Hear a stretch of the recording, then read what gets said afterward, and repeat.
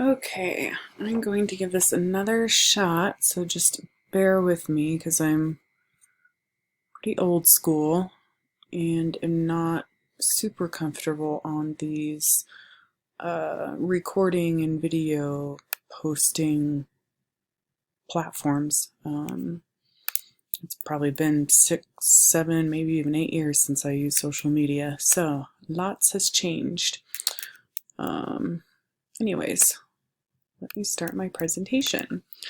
My name is Victoria Bryant. This is my Session 4 Naturalistic Interview and Reflective Presentation.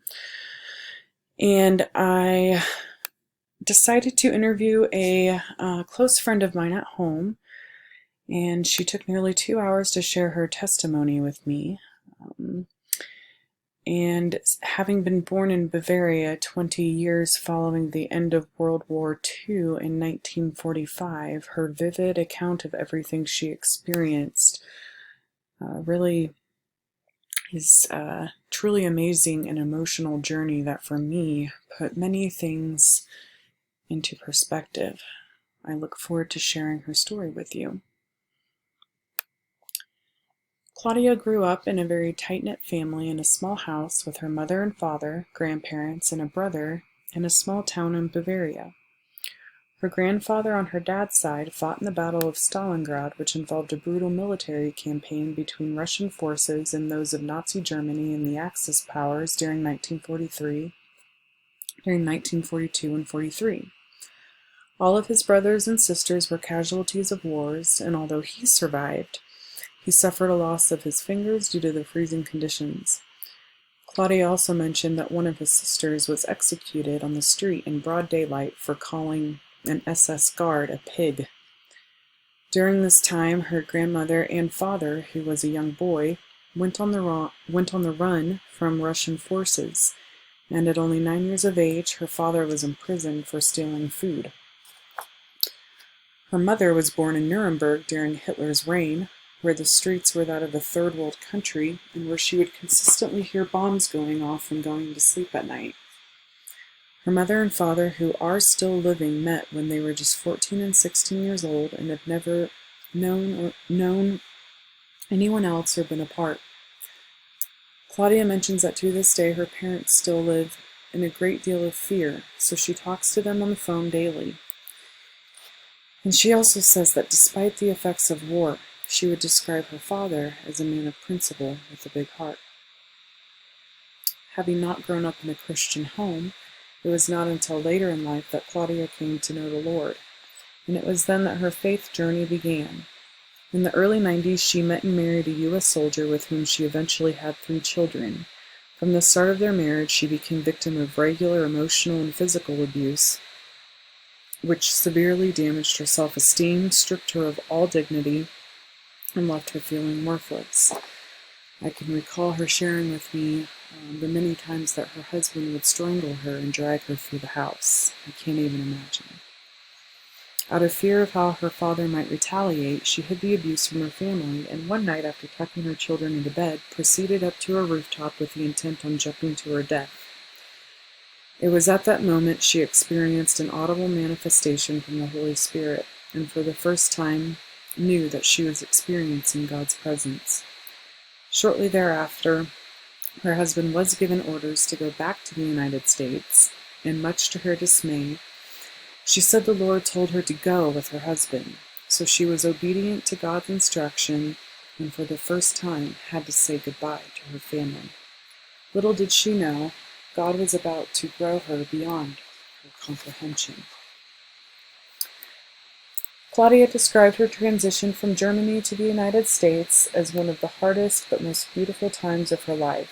As an immigrant who found it difficult to express herself in a foreign country, Claudia focused entirely on Christ as she became completely consumed by God's Word and remained in ceaseless prayer.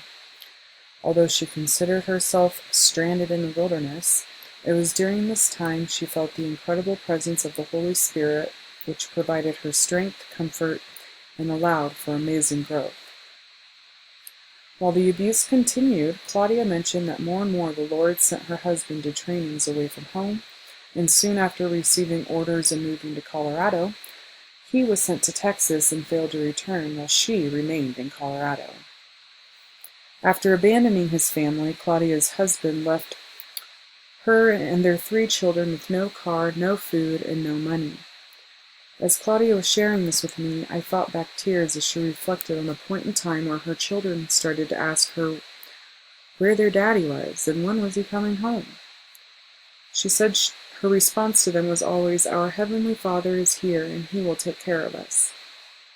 Soon after he left, Claudia became acquainted with her neighbors, who also had young children, only to discover that the wife was native to Germany and that she and her husband were both Christians. They invited Claudia to their church, and for a short time the church offered her a sense of community and became a much-needed support system.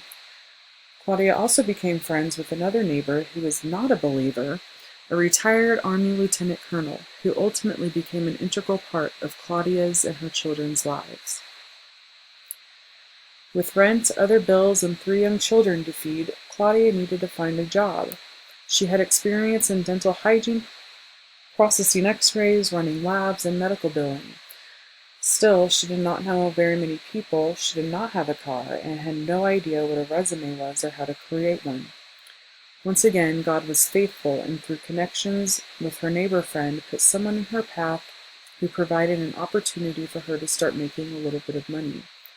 For several years, Claudia walked or biked to her nearby office where she worked part-time for $8 an hour with no benefits, while her neighbor watched her children and helped to take them to school. Due to her impressive performance, Claudia eventually received a $200 bonus, a $4 raise, and a full benefits package, and for the first time in a long time, felt an improved sense of self. Shortly following these advancements, Claudia faced yet another challenging time after being diagnosed with melanoma, while at the same time her close friend, the retired lieutenant colonel, was dying from stage 4 metastatic cancer that had spread to all of his vital organs. To Claudia's surprise, he had started to attend church, was saved, and was able to restore his relationships with estranged family members. Although this was a difficult loss for Claudia, she gave God thanks for putting him into her life when she desperately needed someone and for his newfound salvation. It was after his death that Claudia moved to the northern part of Colorado Springs with hopes of starting a new opportunity with Compassion Ministries. By this time, she had her own computer, a cell phone, and a car, yet after a grueling first interview, she again felt lost, confused, and hopeless. Still, God proved his faithfulness to Claudia when she landed a new interview with a different supervisor who gave her the job of her dreams, where she started as a data entry clerk and eventually worked her way up to a leadership position. Claudia said that it was at this time in her life where Claudia changed. My dignity, self-esteem, and confidence were fully restored. And I can hear her voice now as I reflect on when she was telling me about this opportunity. During her time with Compassion, Claudia was an acting trips and visits coordinator. She managed all related financial details. She led groups of missionaries and volunteers to some of the most remote areas of the world, and was often asked to speak in front of prominent sponsors, CEOs, and even politicians. After spending many years of her life trusting in God to guide and meet her needs, the global crisis of the 2019 pandemic presented Claudia with a whole new set of challenges and despair in the months to come. April of 2020, the ministry laid everyone off, and to this day has yet to resume any international trips or global efforts. So, after losing her job, Claudia then suffered the loss of both a close co-worker and friend, and the death of her dog. Both of her parents suffered heart attacks, and her daughter moved out of Colorado with the grandbaby. And while she received a generous severance from the ministry, she once again faces financial hardship as the money is quickly running out. Even amidst all of this sorrow, Claudia says she is experiencing an amazing time with the Lord. As people enter the later years of their life, They begin to struggle of integrity versus despair, which involves the process by which people try to make sense of their lives. Erickson suggests these struggles come about as older adults try to understand their lives in terms of the future of their family and community. Given a review of Claudia's life thus far, it would be easy to conclude that she currently lives in a state of despair, but that analysis could not be further from what Claudia has actually achieved. Her gratitude, positive attitude, and peaceful demeanor suggests that Claudia is very comfortable in her skin and confident in all the choices she has made in her life and has in fact achieved integrity. Complementary to her faith, I believe it was the strong social connections God provided for her during her most desperate and vulnerable times that had a significant impact on her ability to achieve integrity. Baumeister and Leary suggest that the need for social connection is so strong and central to our being that they refer to it as the fundamental need to belong, and argue that this need for close interpersonal relationships is characterized by two main features. One, mostly pleasant interactions are free from conflict. And two, the relationship needs to be perceived as potentially continuing into the future and also characterized by concern and stability. Had Claudia not been blessed with many opportunities to connect with others, perhaps her current state of integrity versus despair would look very different. While I've always considered myself to be extremely resilient, given my life experience, I found myself once again fighting back tears as Claudia shared her story, not because I was sad for her, but because I was sincerely humbled and inspired by her testimony. All too often it is hard to see outside of our own issues and consider, even just for a second, what life is currently like or was like in someone else's shoes.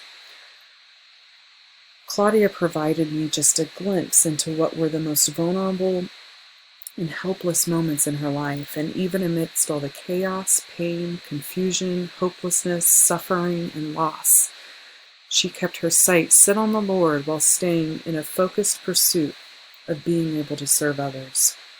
Wendy Lustbader, associate professor at the University of Washington School of Social Work, suggests that loss awakens our compassion and keeps us attuned to the importance of living in concert with others. Thus, an interest in serving broader aims tends to keep mounting as we get older, contributing to our local community, helping to ensure the health of natural areas in our vicinity, whatever we can do that connects us to the human prospect as a whole, even in a small way. We see that as generosity is the path to contentment in the face of our own mortality. Just the other day I spoke to Claudia and asked her what she is doing in wake of her uncertainty, considering she has yet to find a job and her money is running out. And this was her response. I have been fasting from everything since January and have received a word from the Holy Spirit in different ways over the course of this past month, and I am being told not to fret. I have a new assignment for you when you are ready. I have been digging trenches with your pains so I can bring rain. And just know that very soon I am sending the rain.